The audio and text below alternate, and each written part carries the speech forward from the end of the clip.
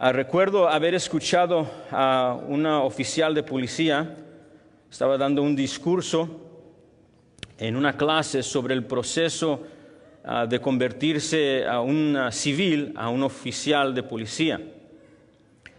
En su discurso, en este día en particular, estaba dando los pasos necesarios, por ejemplo, las entrevistas que tenía que pasar, las calificaciones que tenía que tener, las características que tenía que tener, lo estaba dando a todos los alumnos de la clase.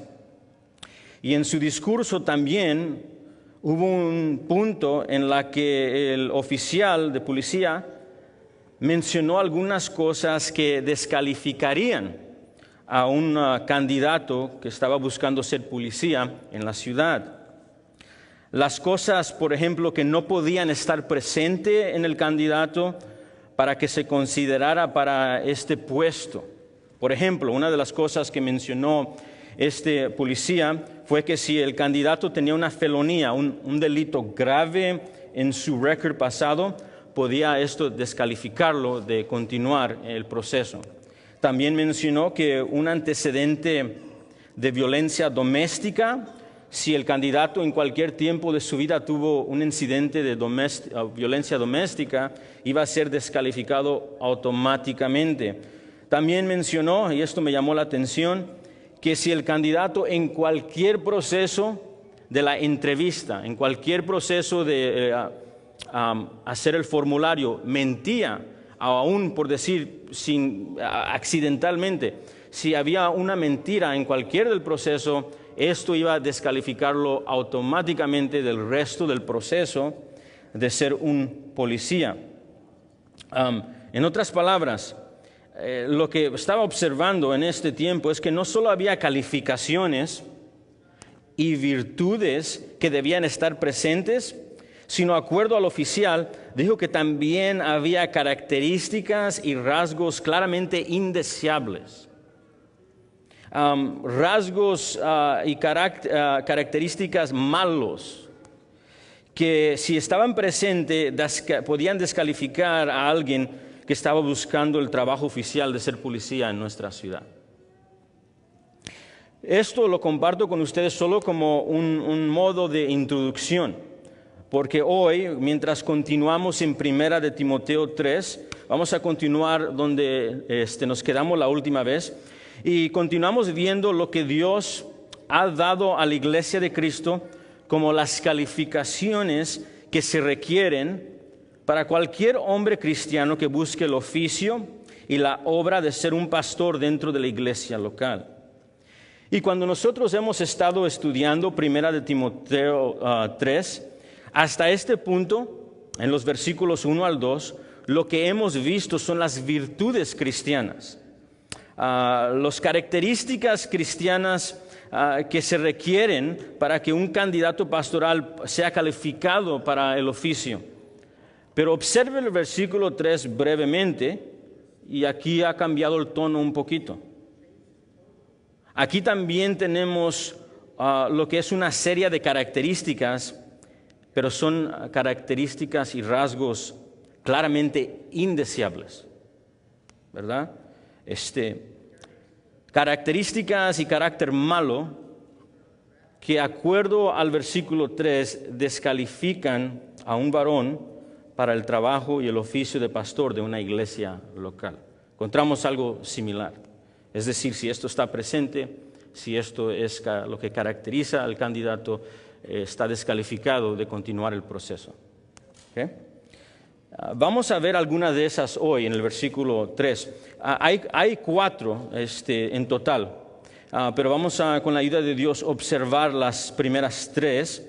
Pero sí, antes de brincar al texto, solo como modo de recordatorio a todos los que estamos escuchando aquí, aunque estas descalificaciones del versículo 3 son específicas y se aplican primero a los pastores candidatos, y se aplican a una iglesia local que está considerando a un candidato pastoral en medio de ellos para servir como un anciano, un obispo, un pastor en la asamblea cristiana. Sí, esto es su aplicación directa y es su aplicación primordial. Pero les recuerdo que si usted es un cristiano, y cuando uso la palabra cristiano estoy refiriéndome a un hombre o una mujer que ha reconocido que está bajo el juicio de Dios aparte de Cristo y ha escuchado las buenas nuevas, que aunque ha sido condenado en Adán, Dios ha provisto misericordia, perdón, reconciliación y justificación mediante la fe en su Salvador, que Él envió a la tierra, el Señor Jesucristo, que vivió vida perfecta y murió para su iglesia, resucitó al tercer día y está a la diestra del Padre. Cuando uso la palabra cristiano me refiero a ellos que han reconocido a Jesucristo como único Salvador y Señor, y por lo tanto el Espíritu Santo ha regenerado sus corazones y tienen corazones y mentes dispuestas para amar a Dios y servir a Dios y buscar a Dios. Les recuerdo que si eso es usted, como hemos visto anteriormente mientras vemos las calificaciones de anciano y pastor, les recuerdo que los ancianos y los pastores de cualquier iglesia de Cristo deben de servir como un tipo modelo, un tipo ejemplo de lo que Dios está llamando a todos los creyentes a crecer, a ser en semejanza de Cristo. El anciano o el pastor tiene que ser un modelo de eso, ha llegado a ser un modelo de eso. Y por lo tanto, cuando veamos las calificaciones, lo que estamos viendo es la semejanza de nuestro Señor Jesucristo, cual todos tenemos el llamado a ver, buscar, anhelar. Y apliquemos, por lo tanto, cada calificación o descalificación a nuestras vidas. ¿Okay? Y veamos si está presente, veamos si estamos creciendo en ello, veamos si estamos flaqueando como padres o madres y busquemos a la ayuda de Dios por medio de su Santo Espíritu para seguir creciendo en santidad en esas áreas para la alabanza de nuestro Trino Dios. Con eso en mente, veamos lo que el candidato pastoral no puede ser o lo que va a descalificarlo si está presente estas virtudes malas, no deseables en ellos. Vea el versículo 2 porque ahí encontramos el contexto. Es necesario que el obispo sea, dice la Escritura, no es negociable, no es simplemente principios de sabiduría, esto tiene que estar presente en el candidato pastoral que se vaya a ordenar en medio de una iglesia de Dios. Y luego vamos a nuestro texto, versículo 3, donde brincamos de paracaídas, donde nos quedamos la última vez y leamos juntos. Primera de Timoteo 3:3, no dado al vino, no pendenciero, no codicioso de ganancias deshonestas, sino amable, apacible, no avaro. Ahora, si usted tiene una versión inglés o una Biblia de las Américas, el orden de la gramática va a estar un poquito diferente. No se preocupe, vamos a hablar de eso más adelante. Por el momento vamos a ver la primera descalificación. ¿Estamos listos? Dice que el obispo es necesario que él no sea alguien dado al vino. Ahí está, no dado al vino, versículo 3. Esta frase griega literalmente dice, no es alguien que se quede junto al vino. Así es literalmente como se lee en el lenguaje original. El lenguaje original dice, no la persona que se pasa su rato junto al vino. Esa es la idea. Cuando usamos esas frases en el Nuevo Testamento, eso es una forma en el mundo antiguo de hablar de alguien que es muy amigo al vino. Es un adicto al vino. El que es esclavo al alcohol. No dado al vino se refiere a alguien que se emborracha. En términos muy simples, el apóstol Pablo le está dando una orden a Timoteo, un imperativo a Timoteo, que a los ancianos y pastores de Éfeso que están presentes, y le está dando una orden a todos los miembros de la iglesia local de Éfeso, escuche esto, es la orden, a que no ordenen como pastor a ningún varón cristiano que sea borracho y adicto al alcohol.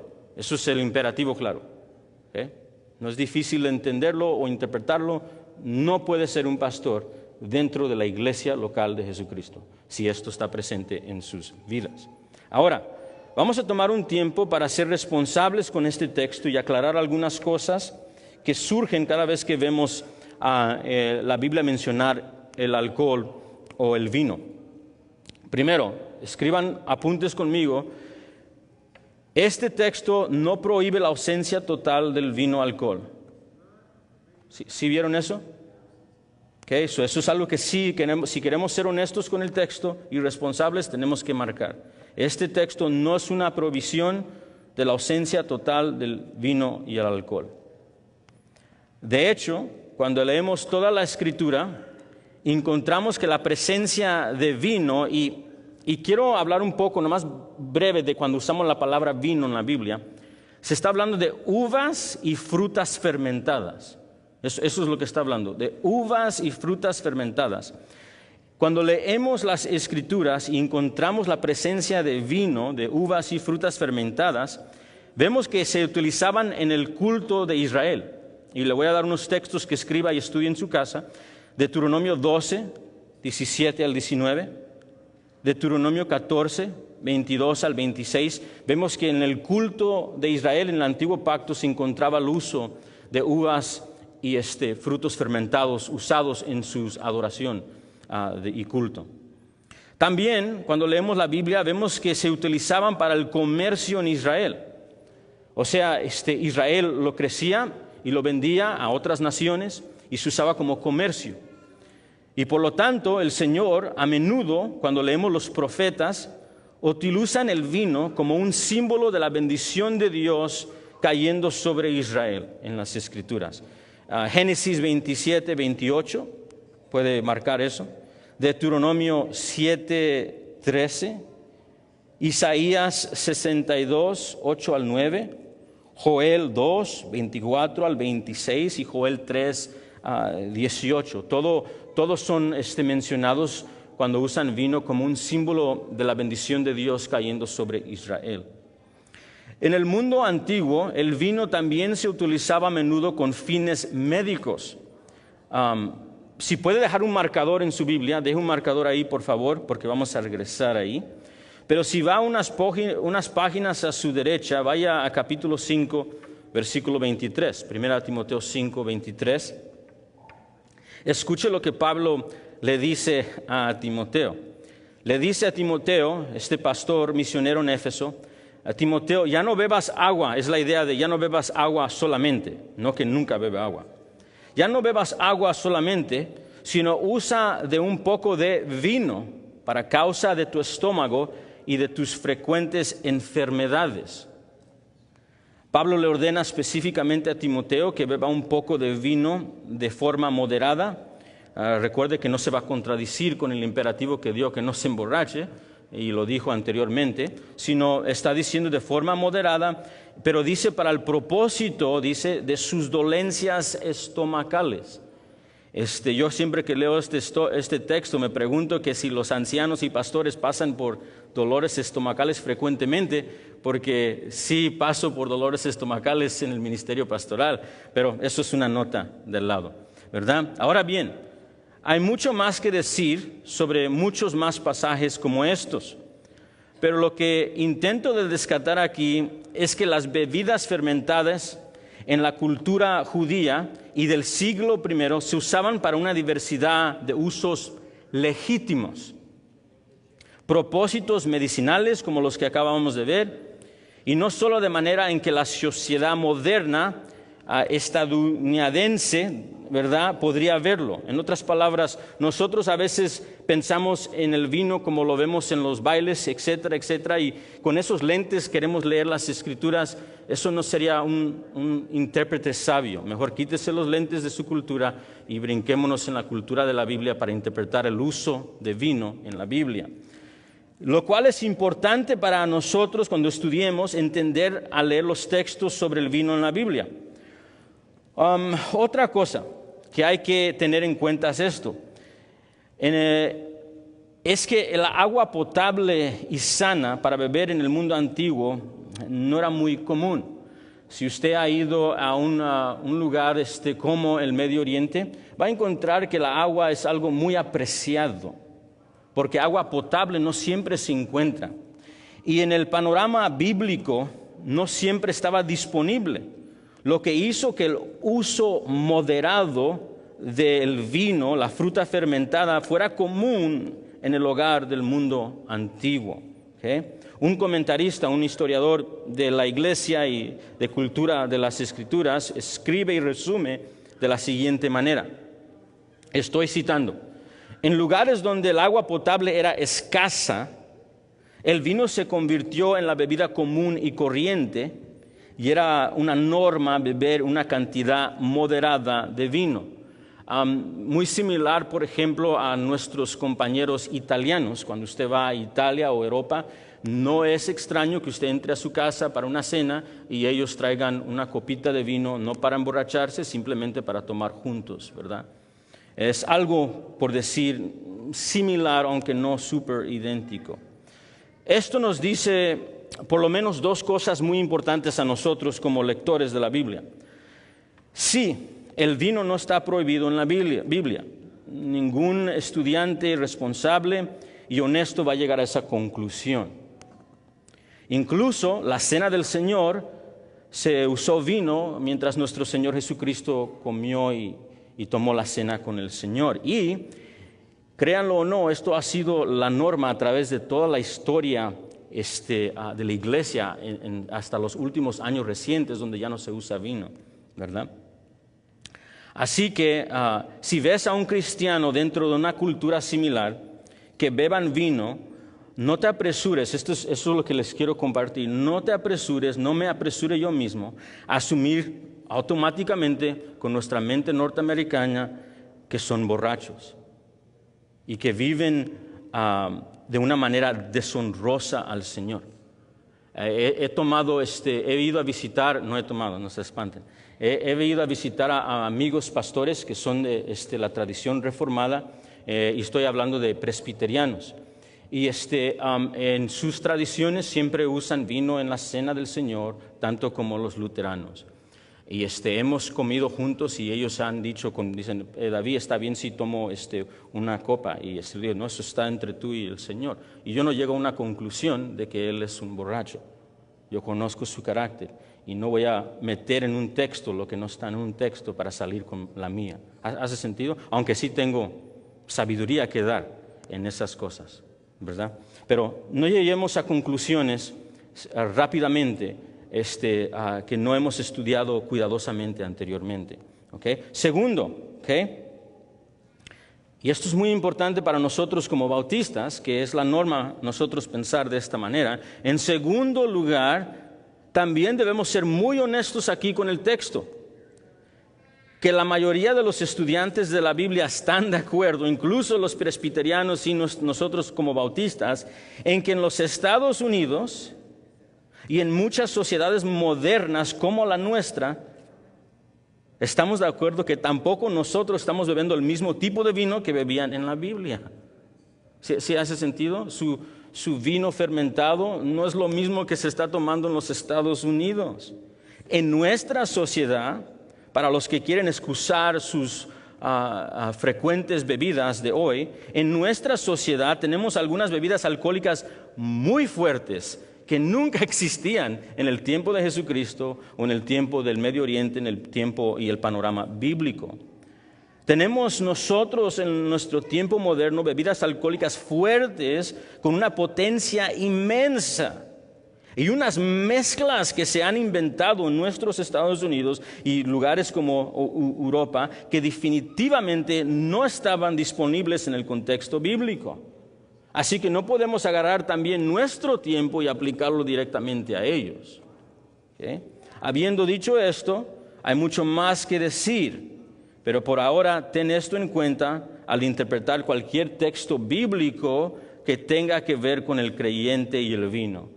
¿Okay? So, no se olvide lo que le comparto mientras usted estudie sobre esto en las Escrituras. Pero ¿qué es lo que Pablo, lo que Dios en 1 Timoteo 3:3 en la Biblia y lo que toda la Biblia sí claramente está prohibiendo y condenando? ¿Qué es lo que está aquí no negociable? La embriaguez. 1 Timoteo 3:3, un candidato pastoral no debe, es necesario que nunca sea conocido que no tenga presente ser dado al vino, dado la bebida. No puede ser alguien que se emborrache. En resumen, no puede ser un hombre cristiano que profese ser esclavo y siervo de Jesús, pero que entregue su mente y su corazón y su cuerpo al dominio del alcohol. ¿No es eso lo que sucede cuando alguien se embriaga y se emborracha? Piénselo. ¿Qué es lo que está haciendo esa persona, ese varón o esa dama? Está entregando su voluntad, su pensamiento, su control, su mente, su cuerpo, no para ser esclavo de Jesucristo. Lo está entregando para la esclavitud de un amo que no tiene manos y no tiene boca, el alcohol. Para que sean esclavos de los efectos del alcohol y para que luego deshonre a su verdadero amo Jesucristo y luego que deshonre a su prójimo y a sus vecinos con palabras que hieren a los demás. Y demostrar una vida indisciplinada y desordenada. Y a veces, comportamientos físicos, necios, que arruinan matrimonios, familias, relaciones con nuestros hijos, abusos, inmoralidad sexual. Sí, eso es lo que estamos haciendo cuando nos embriagamos, diciéndole al alcohol, un ídolo, toma señorío sobre mí y haz lo que quieras con mi vida, mi matrimonio, mi familia y el testimonio sobre todo del Señor Jesucristo. Ahora, ¿sabes qué más tiene que decir Dios? Tiene que decir la Biblia sobre el varón, la mujer, el anciano, el joven que se emborracha y se embriaga. Absolutamente nada bueno. Proverbios 20, versículo 1. Un proverbio que me reprendió mientras yo también tenía un historial de borrachera antes de Cristo. El vino es escarnecedor, la sidra alborotadora, y cualquiera que por ellos hiera no es sabio. Proverbios 23, 29 al 31. ¿De quién son los lamentos? ¿A quién le pertenecen? ¿De quién son los pesares? ¿De quién son los pleitos? ¿De quién le pertenecen las quejas? ¿De quién son las heridas gratuitas? Por gratis las tienes. ¿De quién los ojos morados? Del que no suelta la botella de vino, ni deja de probar licores. No te fijes en el rojo que es el vino, ni en cómo brilla en la copa, ni en la suavidad con que se desliza. Una versión termina diciendo, muerde el vino como serpiente venenosa, pica como una víbora. Si pudiera resumir estos proverbios, y lo animo a que lea todo el libro de Proverbios porque está saturado describiendo a un hombre o una mujer insensata y lo caracteriza con el borracho.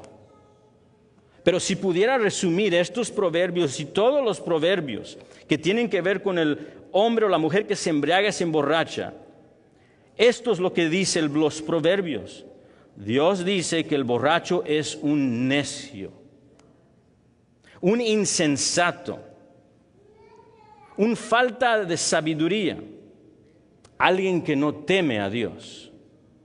O sea, en los proverbios se nos presenta al borracho y embriagado como un hombre que no teme a Dios y por lo tanto no confía en Dios, no respeta a Dios, no honra a Dios y no demuestra amor a Dios. Y la Biblia tiene mucho más que decir acerca del que se embriaga y el que es borracho. Uno de los textos más espantosos para el borracho se encuentra en 1 Corintios 6, 9, donde Pablo le dice a todo aquel que profesa ser cristiano y sin embargo se caracteriza por un estilo de vida de embriaguez, le dice que no se deje engañar, porque ni los borrachos, ni los calumniadores, ni los estafadores heredarán el reino de Dios. Y mis hermanos y mis amigos, tengan en cuenta que los proverbios que les leí, y 1 Corintios, y el resto del Nuevo Testamento y el Antiguo Testamento, esos textos están dirigidos no a ancianos primordialmente, están dirigidos al cristiano, a la cristiana, a los que han dado su vida a Jesucristo. Están dirigidos a toda la asamblea que le pertenece a Dios en Cristo Jesús. Cristo vino a morir por borrachos. Y vino a perdonarlos y a transformar sus vidas.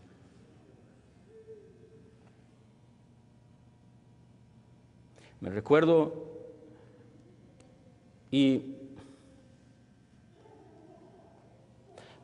que en el funeral de mi abuelito se levantó mi primo, y mi primo no es una persona de palabras, pero mi primo dijo que quería hablar acerca de mi abuelito. Y se levantó enfrente de la congregación que vino y los amigos que vinieron para ver a despedirse del cuerpo de mi abuelito y dar sus pésames a la familia. Y dijo él que él, como dice, le dijo a todos ahí en la audiencia, dice: todos ustedes saben que yo he batallado con el alcohol casi toda mi vida. Y yo me recuerdo un tiempo, dice mi primo, donde él llegó a ver a mi abuelito y dijo: ¿sabes qué? Siempre voy a ser un borracho, no puedo dejar esto. Y que mi abuelito lo reprendió fuertemente y le dijo: mijo, yo era un borracho. De que me tenía que venir, dijo mi abuelito, tenía que venir tu abuelita a sacarme de las calles durmiendo. Nunca digas eso más, porque Cristo vino a morir por borrachos como nosotros y a transformarlos. Le comparto esto, no, aunque sí se siente un poco vergonzoso considerar el linaje que viene mío y que yo también probé de borrachera, pero lo hago para poner el faro y la luz en Jesucristo, quien vino a morir por borrachos, y darle su Santo Espíritu para transformarlos. Si hay alguien que necesita esa ayuda hoy, Jesucristo dice que en fe y arrepentimiento vengas a Él, y Él te perdonará y Él te cambiará. Pero continuemos con el segundo rasgo. Ya llegamos a conclusión que Pablo dijo que alguien que es caracterizado con borrachera no es calificado para ser un pastor. Está descalificado automáticamente, que se pare el proceso y busque a otro. Pero continuamos, y quiero que me haga un favor, porque si tiene la Reina Valera tenemos que poner atención juntos aquí. Reina Valera lee lo siguiente: no dado al vino, no pendenciero, no codicioso de ganancias deshonestas, sino amable, apacible, no avaro. Si usted tiene un lapicero, una pluma, le pido que por favor circule la palabra no pendenciero. Si tiene la Biblia de las Américas, la estructura va a ser un poquito diferente, pero en la Reina Valera circule no pendenciero y también circule sino amable. Esas dos palabras van juntas en el lenguaje original, y la Biblia de las Américas creo que hizo el trabajo más preciso en mantener el orden del griego. ¿Okay? No, solamente se debe de leer de esta manera: no pendenciero sino amable. Son compañeros, van juntos. Esa es la idea. No pendenciero sino amable. Si tiene la Reina Valera, circule no pendenciero y luego circule sino amable, porque son como gemelitos que deben de estar juntos. ¿Está bien? Vamos a leer eso junto. Dice el apóstol Pablo a Timoteo que el candidato pastoral no puede ser pendenciero. Y luego dice, si no, tiene que ser amable. ¿Okay? Hablemos de esa primera frase, no violenta, es la idea, otra versión puede leer no violento. Y luego vamos a ver su antónimo, pero amable. Primero, no pendenciero o no violento, también puede leer. La palabra traducida aquí como violento o no pendenciero, literalmente se lee como el que da golpes. O la Reina Valera del 95 traduce no un amigo de peleas. Pablo está usando una palabra que describe a un hombre belicoso, alguien que quiere pelear. En nuestro lenguaje moderno decimos un bully. Yo tenía un jefe así en el ejército. Siempre venía todas las mañanas y mi corazón se iba al estómago al verlo. Es más, no solamente yo creo que todos mis compañeros. Siempre venía todas las mañanas a buscar los defectos y a insultarnos a todos. Se burlaba y nos humillaba a todos nosotros. Y siempre era duro con nosotros. Quería pelear verbalmente. Estaba esperando a que alguien respondiera para castigarnos y para darnos nuestras humillaciones. Era un bully. ¿Alguna vez has tenido un jefe así? Esta palabra pleitikis, violento o pendenciero, habla de alguien así. Es alguien que está buscando peleas, sean verbal o, si está dispuesto, incluso física. Está provocando a los que están enfrente de él. Pleitikis, violento o pendenciero, describe a un hombre aquí que es exigente con los demás. Busca intimidar a los demás, sea verbalmente o incluso físicamente. ¿Alguna vez has conocido una persona así? Se refiere a un alborotador, un hombre con una actitud de beligerencia y de mal genio. ¿Eres una persona así? Piensa en alguien que se enoja fácilmente y siempre quiere matar a un mosquito con su escopeta. La Biblia nos dice que un descalificador para el ministerio pastoral, incluso si sabe predicar y enseñar o es un líder reconocido en su trabajo secular, pero un descalificador ante los ojos de Dios es que si es un pendenciero, si es un hombre violento, no es apto para liderar la novia de Jesucristo. Y ante los ojos de Dios, tal vez sí pueda liderar en trabajos seculares, tal vez pueda ser un maestro de escuela, pueda ser una policía en la ciudad, pero ante los ojos de Dios, un hombre así, una mamá así, un tío así, un amo así, un abuelito así, no está apto para liderar a nadie.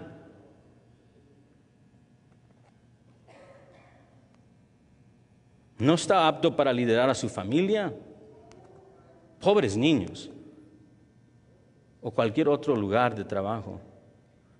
Y esto se aplica también a las mujeres cristianas, también a las esposas que quieren intimidar, también a las madres que quieren ser violentas. Se aplica a todo profesante que desea seguir a Jesucristo. Pablo dice que un pendenciero, esto es una descalificación automática, si esto es lo que caracteriza al candidato. Y luego vamos a esa segunda palabra que circulamos. Recuérdese, no pendenciero, sino amable. Van juntas. Amable. Esta palabra describe a un hombre que es tolerante, paciente, gracioso, dispuesto a razonar, es la idea. Es razonable. Pablo realmente quiere que Timoteo y la iglesia de Éfeso y la iglesia de Jesucristo vea esta descalificación, porque nos están pintando una imagen muy clara de este hombre que no es violento. y lo hace por medio de introducir esta palabra amable aquí. Porque amable se está usando como un opuesto aquí. Es un antónimo. Es un antónimo de violento aquí. Un antónimo se refiere al opuesto de algo. Por ejemplo, si yo digo que esto está caliente, el antónimo de caliente es frío, ¿verdad? Si yo digo esto está alto, el antónimo de alto es bajo, ¿verdad? Entonces, a lo que vemos aquí en amable, esto es un antónimo de violento. Es totalmente lo opuesto al hombre violento. Y Pablo trae amabilidad aquí para que veamos a esta persona. Entonces, amable sería el opuesto del violento, del pendenciero. Entonces, el hombre amable es gentil y no busca ser caracterizado como un bully. No es alguien que siempre está buscando entrar en peleas verbales o físicas o puñetazos y golpes. No es un hombre belicoso. No es alguien que busca intimidar a los demás. No es alguien que busca ser duro con ellos. La palabra amable aquí también tiene que entenderse en un contexto de alguien que no es amable con nosotros. Porque a veces es fácil ser amable con los que son amables con nosotros. Pero la palabra amable aquí no cambia cuando el contexto cambia. Es entendido que la palabra amable también se entiende en un contexto cuando los demás no son amables con nosotros. Antes de que usted diga, yo sí soy amable, la prueba no es si eres amable con los que son amables contigo. La prueba es si eres amable cuando no son amables con nosotros. O sea, describe la manera amable y razonable en que un hombre responde a quienes se le oponen y hablan mal de él o de ella. El amado profesor Dr. Mounts, que ha escrito unos libros muy apreciados de el griego y la gramática, y escribió un libro de comentario muy excelente sobre 1 de Timoteo 3, escribe lo siguiente sobre la palabra amable. Estoy citando. La palabra amable habla de un trato generoso hacia los demás. Un pastor, un obispo que es amable, no insiste en sus plenos derechos, sino que está dispuesto a elevarse por encima de las lesiones y la injusticia. ¿Sí lo ve? Ve al candidato, están los ataques verbales, están las acusaciones verbales. ¿Cómo responde? Eso es lo que Pablo quiere que veamos. Es pendenciero, dice, yeah, it's time to fight. Levanten las manos, saquen las espadas. Responde con dominio propio, razonable en su mente. Hay que considerar toda la situación, dice. Hay que responder con Cristo al frente aquí. Amable no describe a un hombre débil, amados, o una mujer débil. Describe a un hombre que confía en Dios en medio de los problemas, en medio de los ataques. Y por lo tanto puede responder de manera amable y controlada a sus oponentes. Piense en Cristo en medio de sus oponentes. Piense en su firmeza. Él nunca se aguantó de decir la verdad. Lea Mateo 23 y 24 y cómo habla con los fariseos. Fuertemente, directamente, pura verdad y pesado. La verdad directa, con una resolución inquebrantable, pero haciéndolo sin devolver mal por mal, con la bondad y gracia en todo su ser. Cuando se oponieron recibiendo las injusticias, la saliva en sus cachetes, la corona de espinos sobre su cabeza. Jesucristo, Él es amable. y es en quien debemos imitar en todos los aspectos. Y Él no es débil. Jesucristo es amable, campeón, victorioso, fuerte, temible. Y es a quien nosotros tenemos que imitar. Pero sin la intimidación y la crueldad impía. Intentemos una más. La otra descalificación, si regresamos nosotros al versículo 3, dice: no dado al vino, no pendenciero, sino amable. Y la próxima en la orden gramática del griego es apacible. Le voy a pedir que los que tienen la Reina Valera circulen apacible, porque esa es la próxima. Apacible. Y en el lenguaje original, yo sé que la mayoría de las versiones traducen apacible, pero la Biblia de las Américas, de nuevo, es muy precisa con el lenguaje griego cuando traduce no contencioso. Esto es correcto porque en el lenguaje original es mi amarjon. Son dos palabras, mi no, y la otra palabra es contencioso. Eso es literalmente no contencioso. La Reina Valera lo traduce apacible. ¿Okay? Algunos traductores traducen esta palabra apacible o pacífico de esa manera. Ciertamente esta palabra resalta eso, pero creo que la Biblia de las Américas tiene la precisión un poquito correcta porque se enfoca en lo negativo de la palabra, cual el lenguaje original se enfoca. Y es esto: no contencioso, no litigioso. Lo que estamos viendo es Pablo diciéndole a Timoteo, no puede ser alguien que es contencioso. No contencioso es similar a no violento. Podemos entender sus paralelos y su cercanía a no violento. Pero se refiere a alguien que no es un discutidor, a alguien que no es caracterizado por contiendas. Algunos gramáticos griegos lo traducen como no dado a la batalla, no amante de las batallas. Es un término muy fuerte, dice un diccionario griego, es un término fuerte que describe una disputa activa y seria. Incluso puede referirse al combate físico. Lo que quiero que observemos es que Pablo no se aleja demasiado de lo que ya ha dicho. Es muy importante para Pablo que no se escoja un candidato que no tiene dominio propio. Si leemos 1 Timoteo 1 y el resto de los capítulos, este anciano y este pastor se va a encontrar continuamente con gente que lo opone, gente que le trae contradicciones, gente que quiere pelear con lo que dijo de las Escrituras. Y Pablo dice que no puede ser un pendenciero.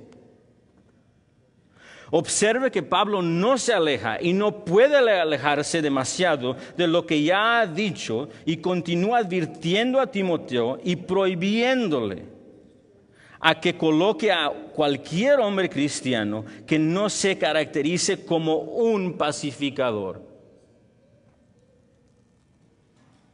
El amado reformador del siglo XVI, Juan Calvino, creo que le pegó al clavo con la martillo cuando él escribió sobre esta palabra lo siguiente: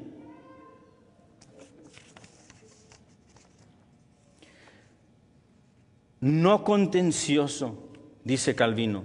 Este término se aplica a quien sabe soportar las injurias con una disposición suave y moderada, que perdona mucho, que pasa por alto los insultos, que no se hace temer por su dura severidad, ni exige con pleno rigor.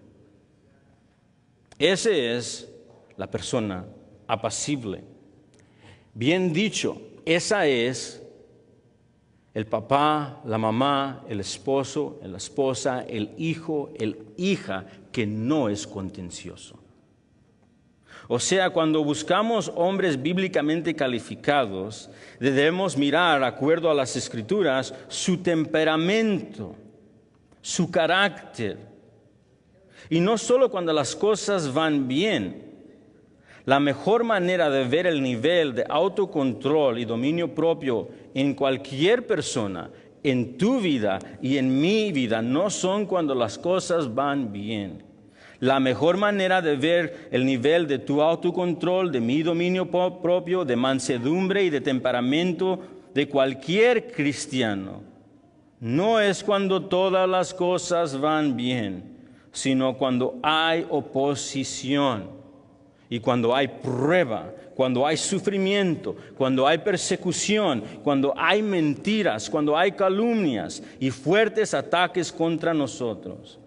Cristiano, ¿cómo estás tú y cómo estamos tú y yo en estas áreas?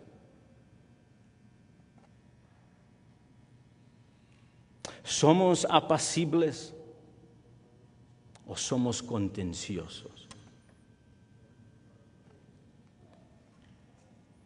Haremos una pausa aquí y continuaremos con la ayuda del Señor con el resto del texto el próximo día del Señor. Pero por ahora, si puedo cerrar con unos pensamientos finales. Mientras estudiaba estas descalificaciones que nos da las Escrituras, no puedo evitar de pensar en por lo menos 3 cosas, aunque hay mucho más que decir. Primero, Señor, ¿cómo necesito y cómo necesitamos la obra continua de tu Espíritu Santo para producir esta semejanza a Cristo en nosotros? Porque tan a menudo nos quedamos muy cortos. Y separados de ti, Señor, y separados de la obra de tu Santo Espíritu, es imposible ser este tipo de hombre o mujer. Si hay una persona aquí que dice, yo fallo aquí totalmente, y piensa que podrá hacerlo sin venir a Jesucristo y su cruz, es locura, amigo, lo que vas a intentar de hacer.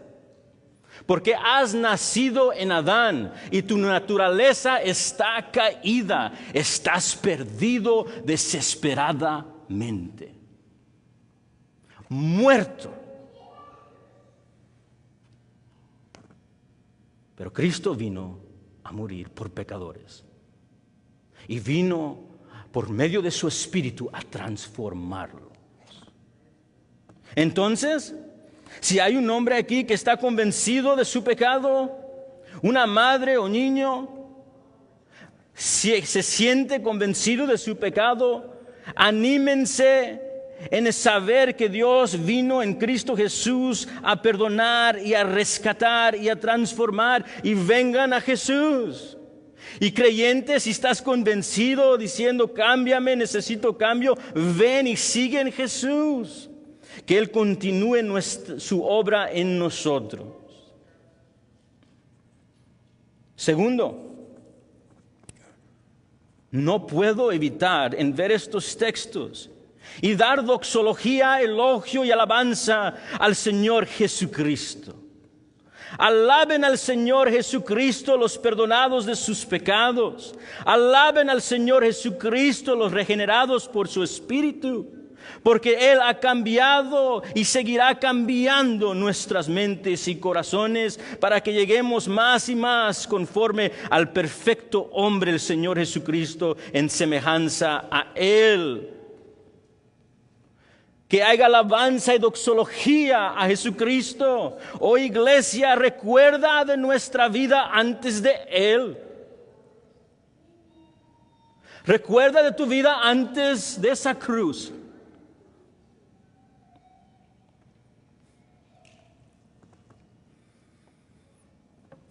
Caracterizado por venganza, por guerra, por sangre, por violencia, por homicidio. Alabado sea Dios. Gracias a Dios Padre por medio del Señor Jesucristo por traernos a esa cruz y perdonar nuestras rebeliones. Concedernos el poder del Espíritu Santo en su nuevo pacto y poner su ley por gracia en nuestros corazones para que pudiésemos andar en ellas. ¿De dónde vino esto? De la gracia de Dios en Cristo Jesús, y por lo tanto merece elogio de los perdonados. Y finalmente, al estudiar este pasaje, no puedo evitar ver a Jesús y cuánto Jesús ama a su novia, la iglesia, por quien Él vino a morir y tomar su juicio y su ira y salvar perfectamente, completamente en su cruz, y en quien Él resucitó y se encuentra a la diestra. Casi por medio de este texto escucho la voz del Espíritu hablando en el pasaje, diciendo: David, pastores deben de amar a mi iglesia. Esa iglesia es mía, no suya. Deben de asegurarse de tratarla con bondad, con mansedumbre, con gentileza. Y si incluso cuando ella se oponiera o maltratara, recuerden que la iglesia es la novia de Cristo. Estas calificaciones y descalificaciones están aquí para la protección de su novia. Él ama a su iglesia. No puedo fallar en ver en este texto el amor de Dios en Cristo Jesús por su iglesia. Estos requisitos y estos descalificadores bíblicos están aquí para servir a su novia y para protegerla. No podemos evitar ver el gran Salvador Jesucristo, que es el gran perfecto esposo de la iglesia. El gran pastor Jesús, que entregó su vida por la iglesia.